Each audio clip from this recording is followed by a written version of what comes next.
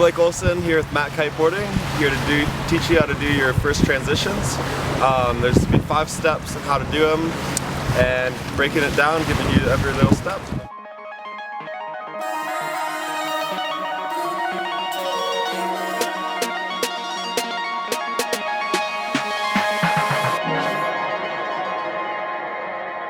This past week we had Shane and Rodney, 2 of my coworkers from Salute, who bought kiteboarding gear from Matt Kiteboarding online, so it was fun. We went to the beach, opened them up out of the boxes that just got here, and showed them all how to set it up, how to rig your kites, how to do your boards, everything, and they're starting to learn how to kiteboard and get into flying kites. So it's pretty fun stuff. It's always good teaching people new things. Got everything you need to kiteboard. I'm ready to go kite. How you do it? Let's go fly. All right. That's how you do it, man. Shane, kiteboarder. Right out of the box, baby. Ben here behind the camera. He's been filming me for all these video blogs. I've been teaching him, and now he's jumping and riding and really progressing. So this is a good video here, teaching him how to perfect his transitions and what to do with the kite so he doesn't go flying through the air. First step, I'd say, practice and just do it on the beach, because if you can't do it without the kite and understand the concept, then it's gonna be a lot more difficult. So just go onto the beach. It's nice to fly a trainer kite. Just think of yourself as riding out this way here.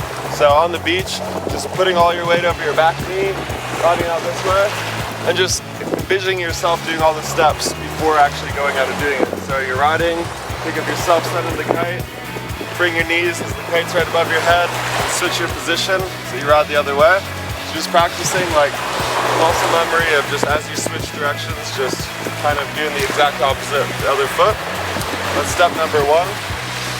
And then step number 2 is riding out, sinking in the water a little bit, and then switching directions. So don't go straight into trying the transition, but just go out this way. Step number 2, ride out, sink in the water, and then you can just sink in the water and do like a sinking transition. So just ride out, take it really slow, just like bring the kite above your head, sink in the water, stop, and then go the other way. Just to get the feel of making the transition without having to keep up your board speed and stay out of the water. And then step number 3 is the kite positioning. This is a real important part because you're riding this way, you don't want to send the kite way over and have to do your transition real fast.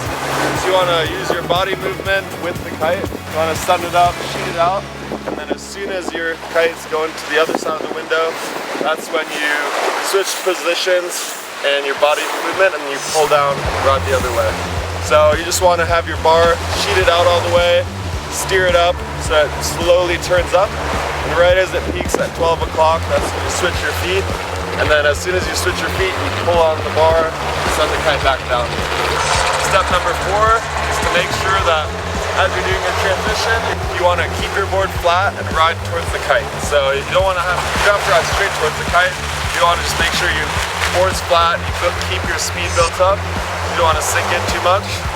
And if you're on an edge, you're going to sink in the water and it's going to make your transition difficult. So shoot out, send the kite up, bring it around.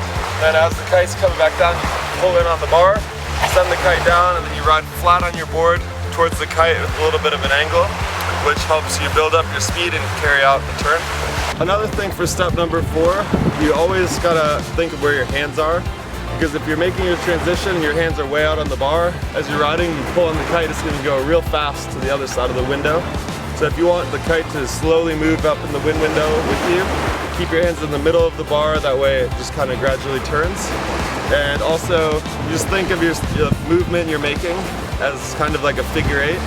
So if you're riding this way, you're going this way, riding in a line, and then you're switching around, your board's going like this, so you're gonna be curving around like this, go start to ride downwind, and then ride back upwind. So it's kind of like a figure 8 with the trail of your board. You're gonna be going down, around, back up, and your kite will also be figure 8ing. So it's kind of something to think about. Just think of your board making a trail through the water.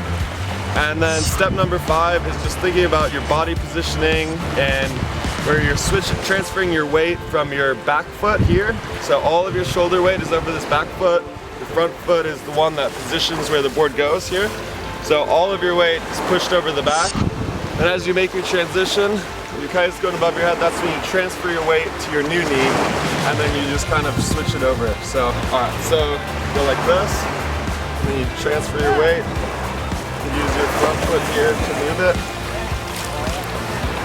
Hope this helps, and let me know if you have any more trick tips you'd like to learn. That's it for today.